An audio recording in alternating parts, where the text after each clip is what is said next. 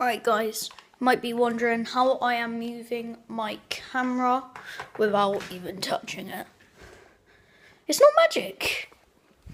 Basically, when I did my RC car video earlier, you might have seen this scoop bit here. So what I can do, I can place my camera in it like that, but like do it the right way around.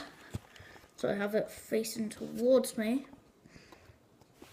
And I can move my camera and you can see what's happening with the RC car, what's moving in that.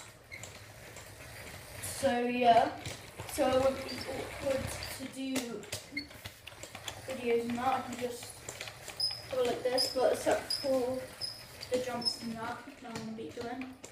Off-roading I'm not going to, because I might hit bump and break my phone, so yeah, don't risk that. So this is just showing how I'm going to do this.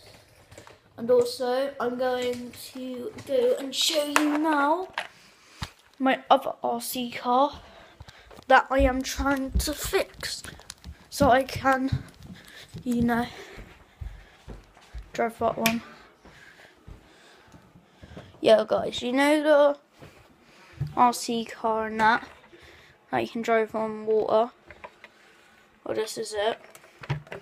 I had one, I think it was a couple of years ago, on my old YouTube channel.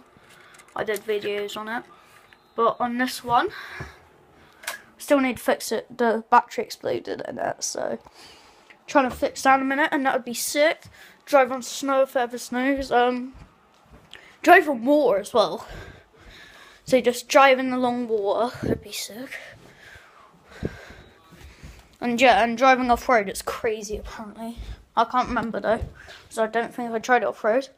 But yeah, hope you have enjoyed this showing how I'm going to video and my other RC car upstairs that I'm trying to fix. And salute!